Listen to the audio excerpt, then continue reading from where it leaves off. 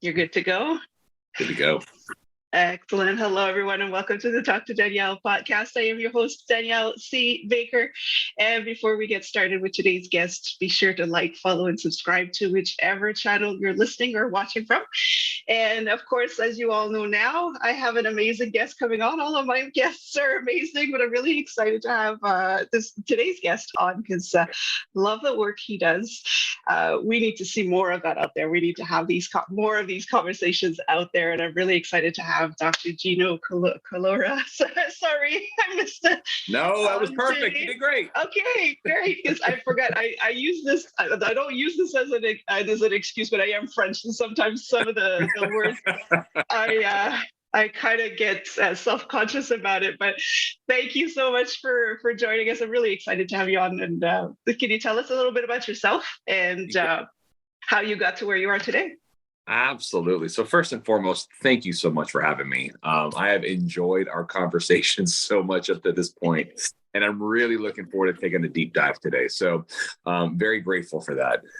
So a little bit about myself. So long or the short, I am a behavioral scientist, right? So what does that mean? That means that I take a deep dive into pressing issues of what is going on with human behavior, what is going on in the brain, what is going on in society and culture that influences the brain and the quality and depth of interactions that we have with each other, right? Because at the end of the day, quality of life with those that we love the most and those that we interact with really, really matters, right? So I do a ton of work in the relationship space between two folks that are in a committed relationship, whether it's a marriage or just a serious relationship. I also do a lot of work in the resiliency space and privileged to work with folks here in the U.S. military.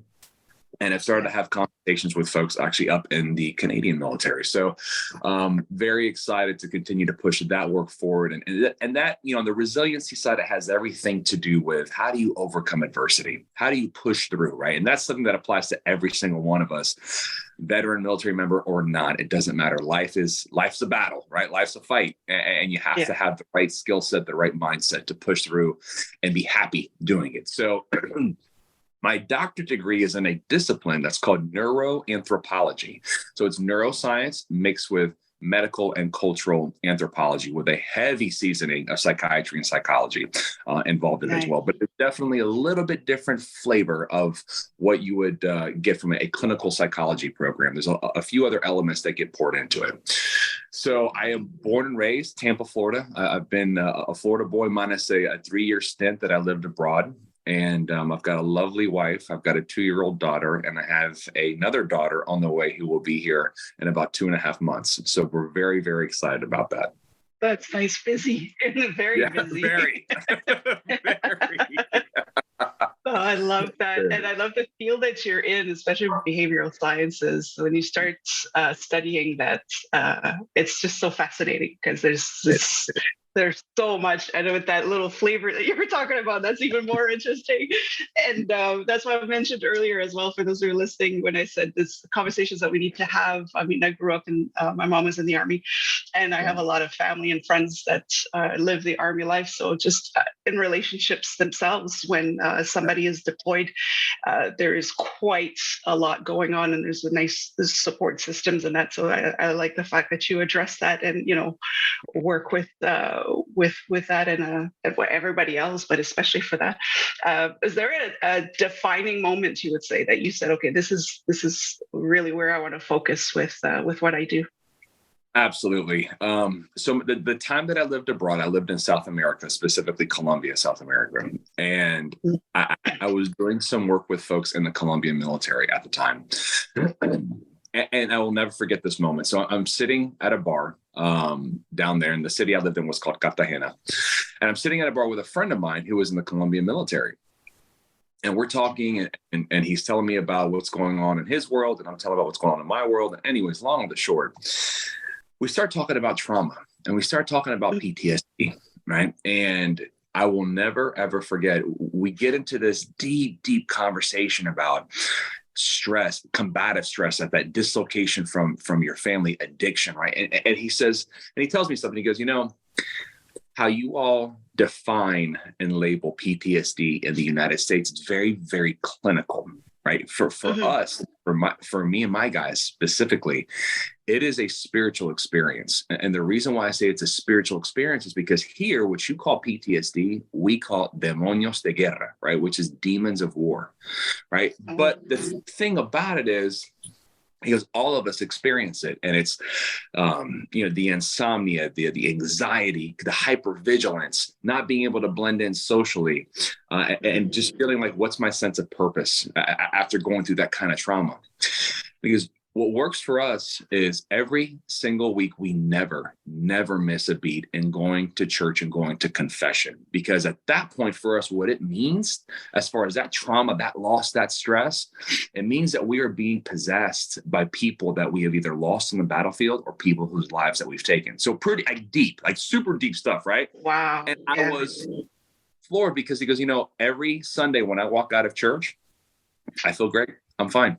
And then I go throughout my week and I'm fine. But he goes, but when I miss going through that ritual, I do not have the capacity and the ability to operate the same way. I have got to consistently do that. And for my belief system, giving it to a higher power gets rid of it. Where for you guys, you want to figure it out on your own. Right. And so it doesn't mean one way is right, one way is wrong. It's just different. But at that moment, I knew, I'm like, my goodness, here's a person that is a man, is a human being just like I am, right? And how it is that I already had some training in the behavioral sciences, but not really full-fledged.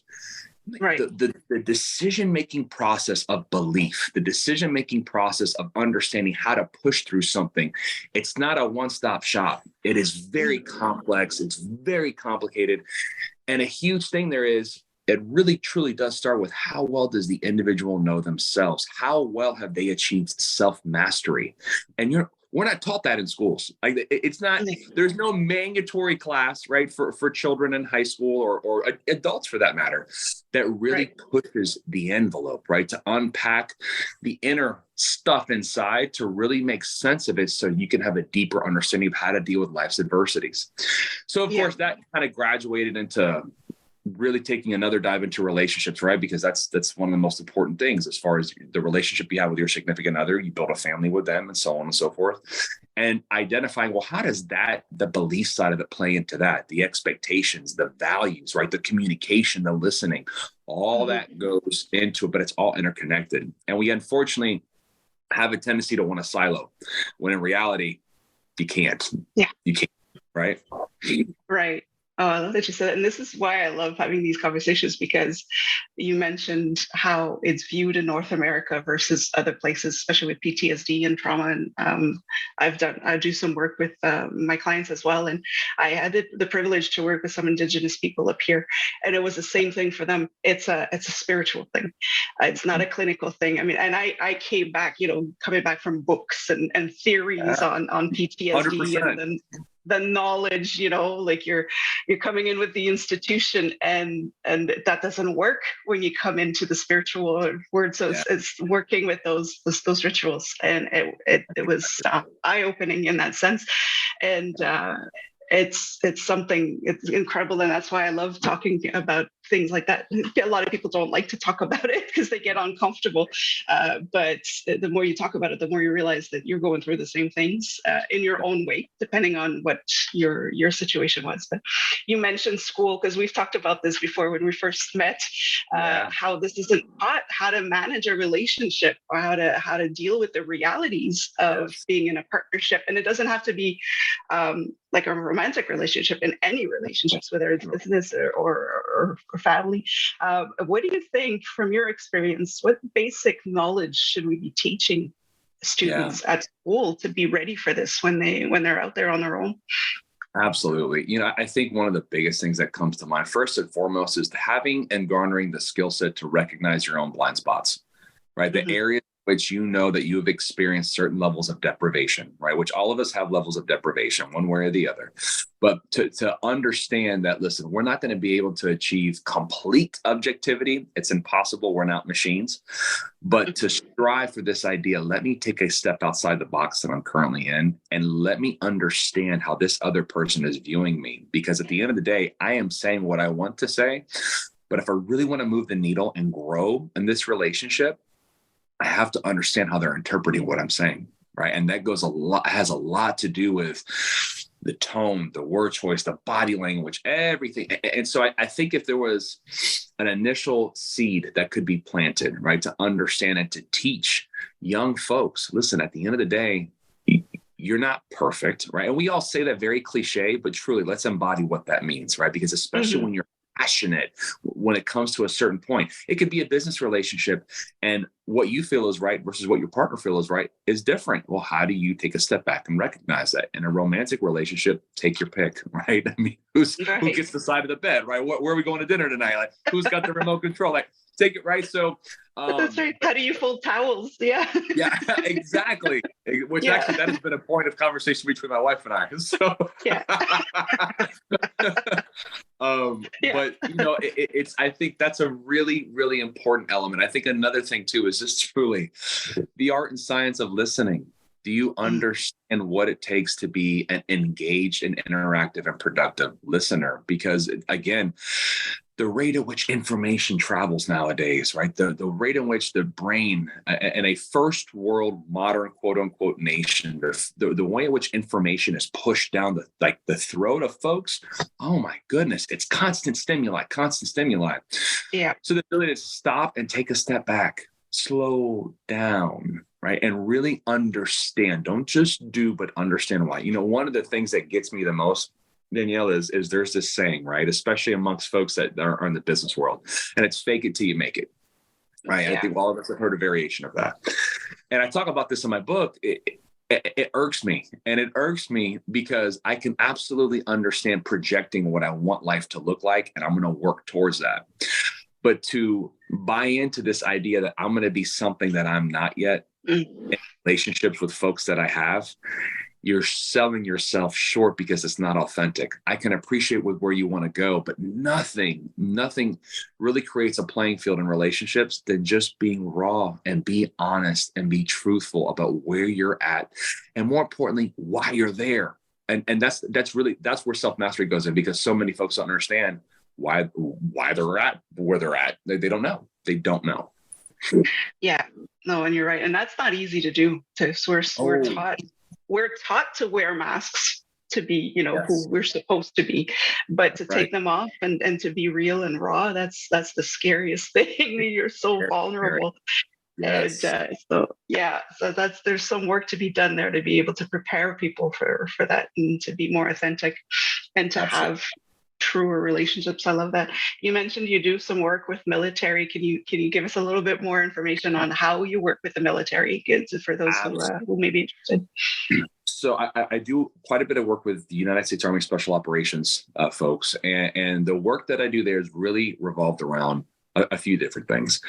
So relationship management, right? Not just the relationships they have at home, but also the relationships they have amongst their peers, right? And also when operating in other nations, the rapport building process, what goes into that when you are dealing with different types of cultures, right? With different types of value systems, with different understandings and perceptions of the world, and really creating a baseline that, look, we're different, but we're not that different, right? And you just have to find where that middle ground is, right? And that's the same thing in personal relationships. The whole thing about Mars, women are from Venus, men are from Mars, and yes and no, right? It's not quite, there's not that much of a separation if you're willing to put the work in to understand where the other person is coming from, right? And so it's a lot of that, and then also the resiliency piece, right? How is it that you can continue to make strong deposits in who you are as an individual to deal with life's adversities, no matter what they are? Because, a huge challenge in general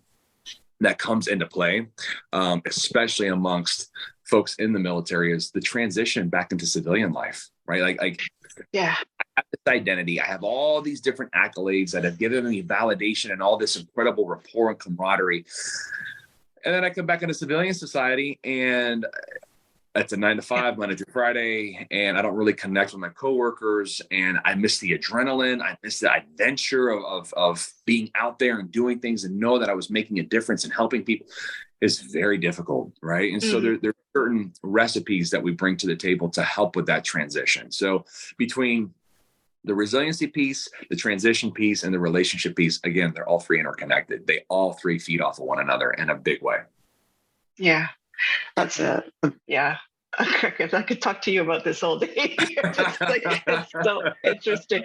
It does have an impact. I know we're specifically speaking about military right now, but for anybody who has a job that's kind of outside of the norm, the rat race, I guess I would say, yeah, it's coming back, and some people come back and they have to pretend that whatever they did out there never happened. So it's even harder for them to integrate. Yeah. And you know what's fascinating too, Danielle, is to your point, folks that have jobs that are not the quote unquote norm. So I'll give you an example. First responders, the amount of stress and trauma that they deal with on a daily basis, but then they're not deployed out for 9 months. They come home every night. Right. Exactly. And then that's a whole different thing. Right. And how to manage the normalcy of that. Yeah. Right. So, but it absolutely applies to many facets of the civilian world, without a doubt. Mm-hmm.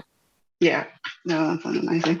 Is there anything that you could kind of like tips or wisdom or things that one or two things that people could start doing today to improve their relationships at home? That is some kind of advice that you usually work with your crew. So there's two things because I do a lot of coaching with folks on the personal side and the commercial side, but it doesn't matter. Personal or professional, it doesn't matter. Where I start with them always is before we sit down and before we have our first conversation, I want you to write your personal constitution, right? So I want you to sit in a room by yourself. I don't want you to type it. I don't want any music in the background. It's be completely still and silent with yourself. And give yourself 30 minutes. Whether you're done in the first 5 minutes or not, doesn't matter. You're going to give yourself 30 minutes. Have the discipline to carve that out and write your constitution. And then you're going to walk away from it. Give it a couple of days. Then in 2 or 3 days, you're going to sit down again. And I want you to write your eulogy. You're no longer here. Right? What does that eulogy say? Same thing. Give yourself 30 minutes. Write it down, pen and paper. And then I want you to take those two pieces of paper, and I want you to share them with the person that means the most to you and knows you the best. And you're going to have them read it to you.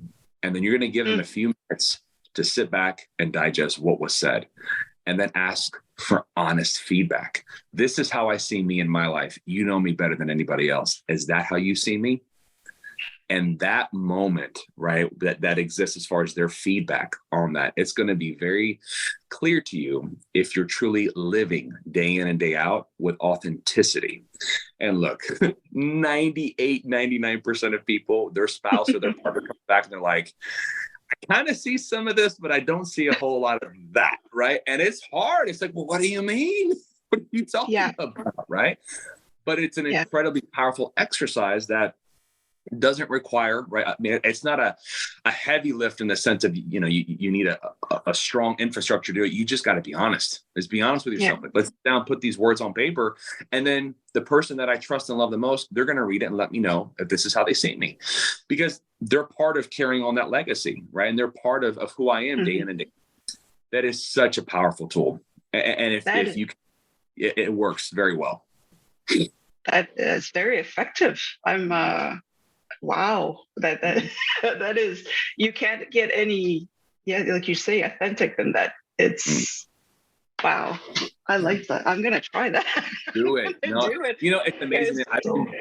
I have been doing it for the past 12 years, right? And I have a small folder that has my constitution and eulogy for each year that goes by, right? And there are some things that, and naturally, you want it to change, right? As we grow, as we mature, some things are going to change. But then it's also, you see what doesn't change. And what doesn't change, right, are those, you really start to tap into a subconscious understanding, right, of what drives you every single day, because I'm not thinking about it, but it's a constant. And if it's a constant year after year after year, that is a strong mental model, right? That is a part of your identity and what defines you as a person. And if it's a good thing, awesome. If it's not, we need to challenge it, right? And we need to break the model and create a new one. Yeah. Oh, I love that. So I've done the one where you write down your constitution. That took me a while because I was in a place where I was wearing so many masks, pretending to be so many things that I sat down and I couldn't even say who I was anymore. It was just like, well, this so-and-so sees me this way, but who am I? It's just coming back to my core values was such a challenge. So and it's exhausting, right? Like wearing that many masks, and it's expected, It's something that is expected in society. And, unfortunately, especially coming out after the Industrial Revolution, when you take a look at how a lot of Western education, public education was designed, this idea of having mathematics over here, science over here, language arts over there, it creates compartmentalization, right? That's right. And it negates and it pulls away this idea of, how do I achieve holistic and fulfilling education that's all interconnected? Because at the end of the day, goodness gracious, when you study some of the greats, they were not just intellectuals, but they were poets and philosophers and artists and all these different skill sets, which goes into feeding the human condition. And we've lost that. We have lost that. And I have some hope because I see some of it coming back a little bit, right? But within public education, there's been such a strong push to get away from that. And it breaks my heart. Yeah, when you separate everything, because everything is interconnected, when you separate it, it's dysfunctional. It doesn't work. That's right. And I'm the first one to say this because I work in science, and when we went from STEM to STEAM, just adding arts, and so many people that arts has nothing to do with this, and arts has everything to do with this. This is where you get your creativity, and that's what the greats were, artists and philosophers, and we could, again, another day of conversation absolutely. But you did mention with that as an example to write your constitution and your eulogy. What are some of the transformations you've seen in the people that you work with using that method? So it's interesting. And the gamut, right? So folks that I've worked with who are veterans that were on the edge, right, as far as making a decision that there's no coming back from, and seeing their lives restored, seeing their relationships with their children restored. And it all has to do with them having a deeper understanding of themselves, right? And not having ambiguity. Like, ambiguity is the biggest thing that I say is a challenge of what I have to broach with folks that I work with, in the sense of we're not designed for it. Our brains are not designed to be confused. It doesn't like confusion. It wants to make sense of our surroundings immediately. That includes our emotions, that includes our relationships, and that includes trauma and stress. And when you don't have an answer for why, when you don't understand, golly, of all the things that could have happened, why did it happen to me? Why did it happen to them? And you start asking those bigger questions, and you start running that cycle of trying to figure it out, knowing that, look, you're not going to figure it out. You have to leave it where it is, right? And we have to pick the pieces up, and we have to move on. That is one of the biggest things. And whether that is trauma on a battlefield or trauma in the house or trauma from a divorce, separation, it doesn't matter. It's a lot of the same components that go into it. So from a transformation perspective, it's really watching folks achieve a level of self-mastery, right? And being able, and here's the thing, I say that lightly because you never truly achieve it, right? It's always a work in progress because you're always growing, you're always adapting, you're always changing. But do you understand why? And do you understand what the opportunity cost is? And as long as that clarity is there, what happens there is ambiguity goes down, right? Because now I have confidence.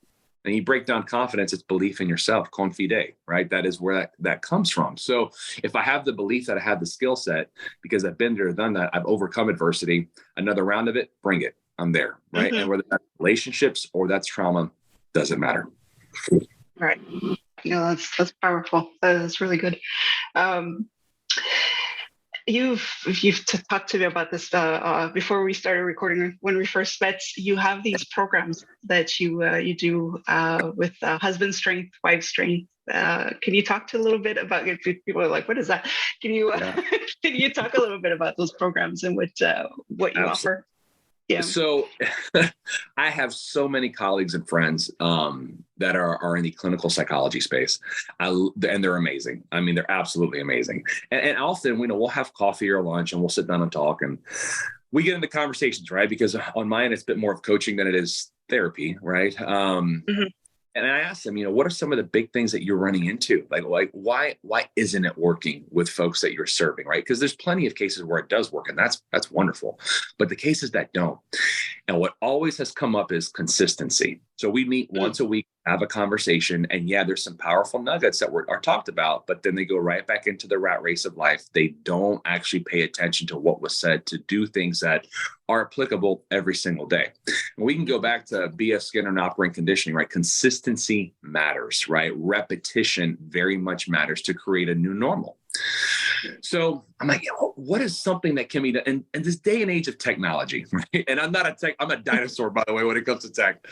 But what can be done that is accessible to the masses and is going to be something that every single day is going to condition them a little bit more to make them just a millimeter better, right? And their understanding of themselves and the understanding they have of their partner. So the idea came to mind, every single person nowadays texts. Everyone sends text messages, right? Whether it's and unfortunately, the whole app, there's a lot to be said about apps, but there's so many of them, right? And like they begin to create a little bit of clutter on the phone. So I want to something even more simple than that. So husband strength and wife strength, they deliver text messages every single day that have messages under 160 characters that are rooted in behavioral sciences and teach people how to have certain skills, how to make their relationship successful, right? But it's every single day, right? And some of them, they're actionable items, right? So one of the ones that went out yesterday, for example, says, today's a good day to write down the top 3 reasons why you love your partner the most, and then put them on your refrigerator and don't say anything, right? And it's amazing. I start getting feedback from folks who are subscribers are like, oh my goodness, I got home and she was so happy. And she was like, everything, it's just, we had an interaction, but it's a little thing. It's just a little thing that happens on a regular basis. Same thing for wife strength, right? Being able to have a deeper understanding of, well, where's he coming from? And what are things that I can do every single day to understand that, to meet him halfway? And now if you have 2 people who are going through daily nuggets of conditioning, over time, you start to garner a skill set. Right. And that skill set helps with therapy big time. Right. When they walk out of the therapist's office, it's okay. So we have our task here, but now we're going to get reminders every day about other things that we need to be considering as well. All right. And so that is the gist of both. It's very simple. It's very easy. Folks go to our website, they subscribe, and they just start receiving this what we call strength nuggets every single day. That's amazing. And the fact that they're working together at it, you're building something together. So it's wonderful. Exactly. Going through therapy, you could have some breakthroughs for that session, and then you go home and you're like, okay, now what?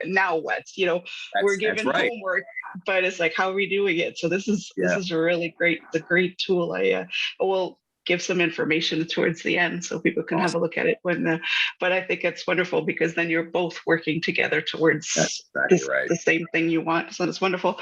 I'm going to ask something a little different than what I usually ask, because that's just the way I like to get to know people. Is there anything about you that you'd like to share? You don't have to, because I'm kind of putting you on the spot on this one, but anything that nobody knows about you, like something that people would not know about you that you like to say, I'm I've got a skill in this that nobody knows about, or I like this, or anything like that. All right. So I'll give you a funny one, and I'll give you a one that's a little more serious. I just don't talk about a lot. Okay. So the serious one, right? So when I lived and worked in Colombia, I was a bodyguard. I did executive protection work, right? So it's not that's not something I talk about a lot. It was for a short stint, but it was obviously a whole different life, right, than what I do now. But it taught me so much. Like, it really did. It taught me so much, truly, about people, and working with folks and watching the different chapters of life that people are going through, that would require a company to come in and do what it is that we used to do. So that's one element. The second thing that's a little silly is I cannot stand clowns. I cannot do clowns. I can't do it. I cannot do it. I see one of those big red noses and big feet. I'm like, no. No. I love that. I love that. You were a bodyguard for pretty serious jobs, and clowns. Don't do clowns. No, don't do clowns. Don't do it. It's funny. My wife cracked up about that one. She's like, really?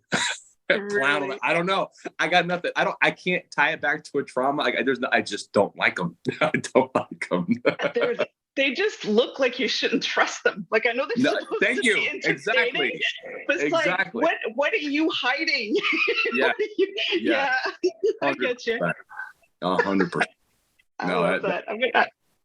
I love asking this question because stuff you wouldn't know, you wouldn't think about. That's hilarious. I love it. Thank you for sharing that. Not a lot of people would want to, but No, awesome. Are you kidding me? Those are the things, right, that make someone unique and different. And also, like, that is another thing, right? Is vulnerability. You've got to be okay, right, with putting the guard down and saying, look, I've got stuff. Like this is the stuff that I got, because everyone's got it, but you got to be comfortable with that. And to your point earlier, not always wear the mask of the bravado, right, and the ego, and no, right? Yeah. And there's so much more to that question. And there's another question at the end that I will ask you is the body language. You mentioned that in the beginning. It's not just asking that question where somebody comes out authentic, but it's the whole reaction. The eyes light up. They they actually feel what the answer that they're about to give you. So if anybody's watching the video version of this interview, just go back and have a look at Gino's reaction when I asked that question, and that's the authentic Gino right there. Yes, it is. Yeah, and I love that because I work with children, and children don't have filters. They don't really have their masks yet, depending on their, what they've lived so far. So you get all sorts of reaction, and it's just amazing. You know exactly where to work on from just their body reaction. So it's wonderful. Yeah, so awesome. Now, do you have any advice or wisdom you wish you would have known earlier in your life, just to make your life easier? Is there anything you'd like to share with us on that? So it's interesting. One of the things that when I think back, and I was a child and a young man, and I wish I would have understood and really been able to route, because this is one of my own personal challenges, is I have a huge fear of not being there for those that mean the most for me when they need me, right? It's this idea of not being there. It just, so I feel like I have to be everywhere all the time. Yeah. And it's draining. And as I'm getting further into the life course, it is hard, right? But I guess what I would say to my younger self is, it's okay. It's okay to not be everywhere. Do your best, right? Which is a very much cliche, but truly, had I really embodied that at 13, 14 years old, it would have made a very big difference in the expectations that I set of myself, and being able to reach those expectations and not go over a bridge of disappointment when those expectations didn't pan out the way that I wanted them to. And I felt self-admitted, I am my own biggest critic. I mean, I will do interviews like this, right, Danielle, and out, whether it's on the news or podcast, and I go back and watch, and literally I'm sitting down with a piece of paper saying, you messed up here, you messed up here, you messed up there, right? And I have to give all the credit in the world to my wife, because she's like, you got to stop doing that. Like you can't beat yourself up so much. And it's a constant battle for me, right? So I think if I could go back when I was younger and just have known that, look, it's okay. You don't have to be everywhere all the time, and you don't need to reach for those massive expectations. And then even if you want to shoot for the stars, be comfortable with landing on the moon, right? That it's okay.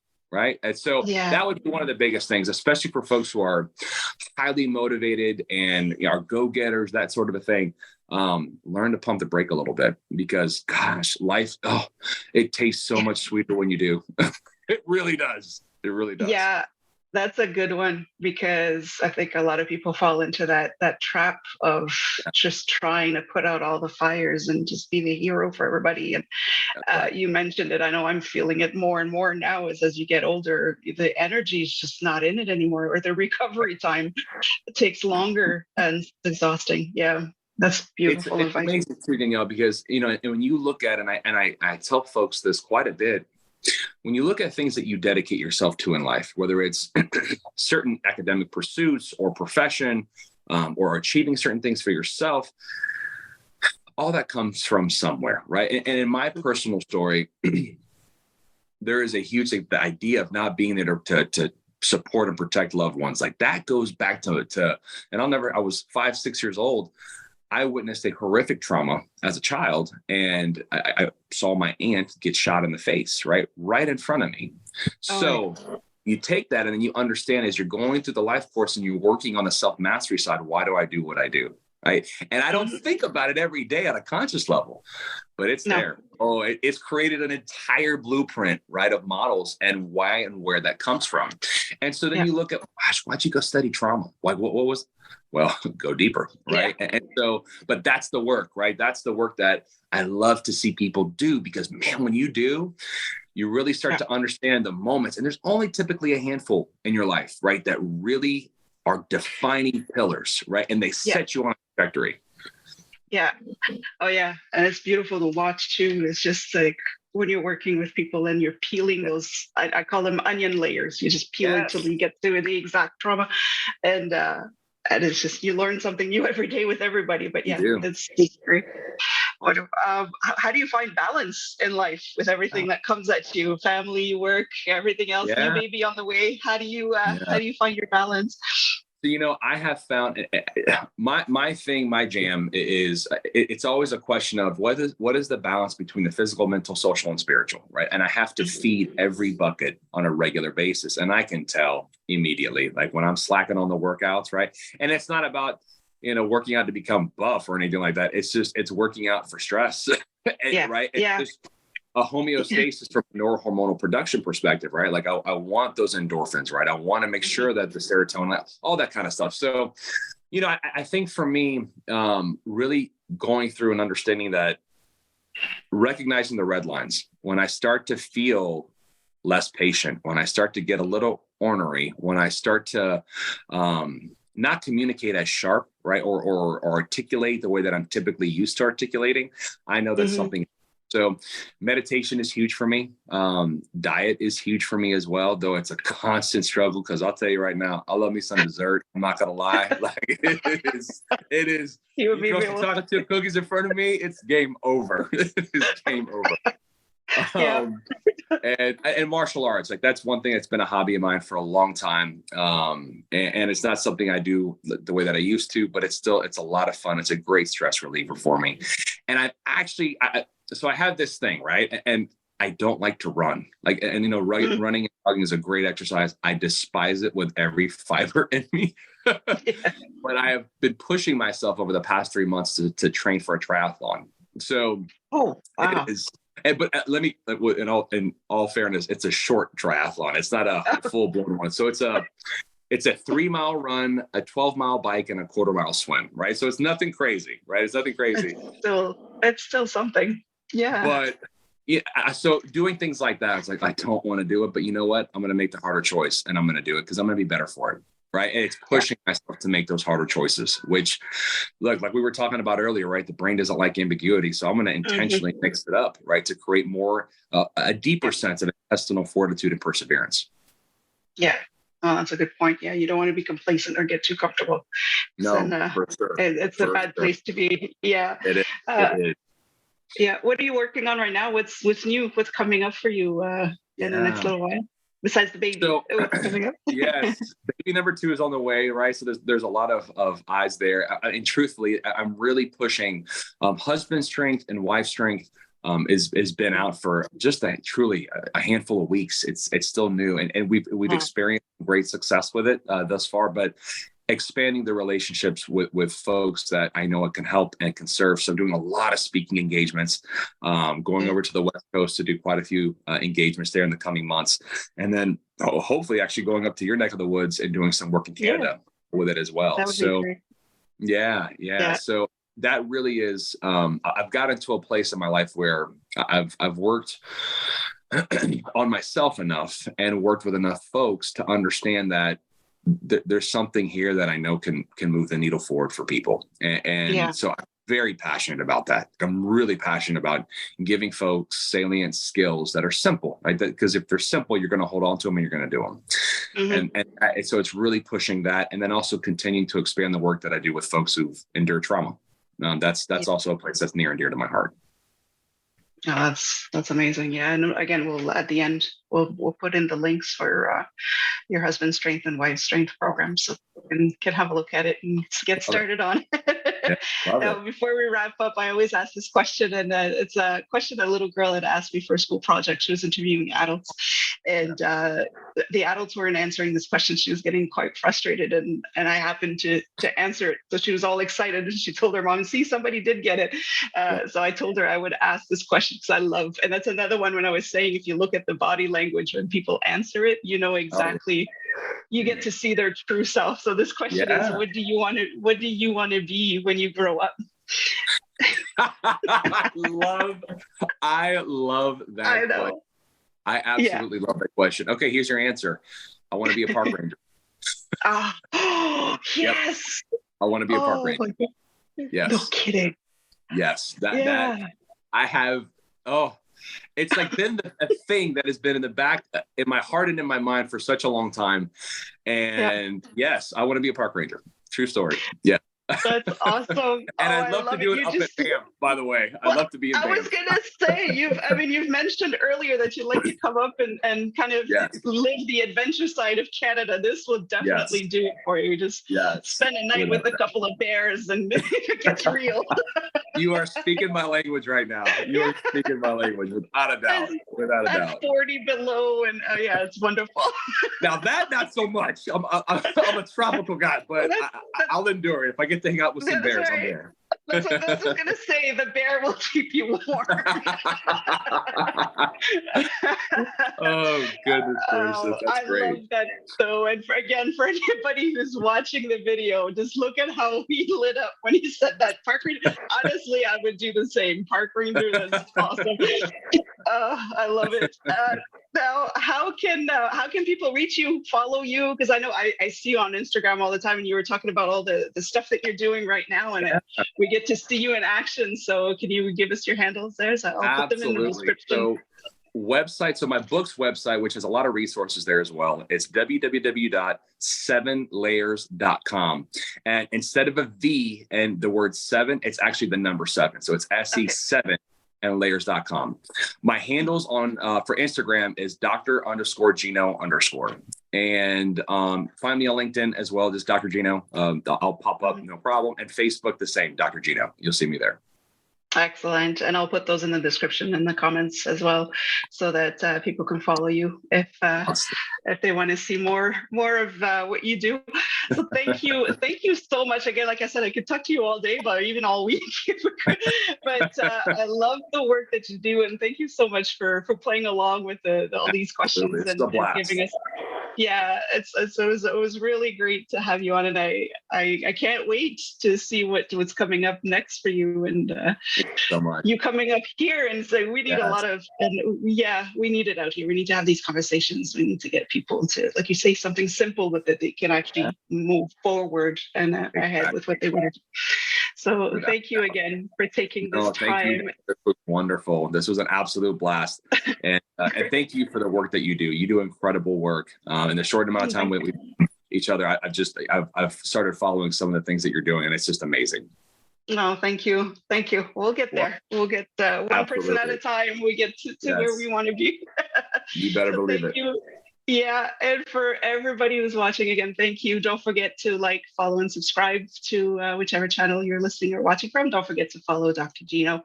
And until next time, stay safe, stay awesome, and we'll talk soon.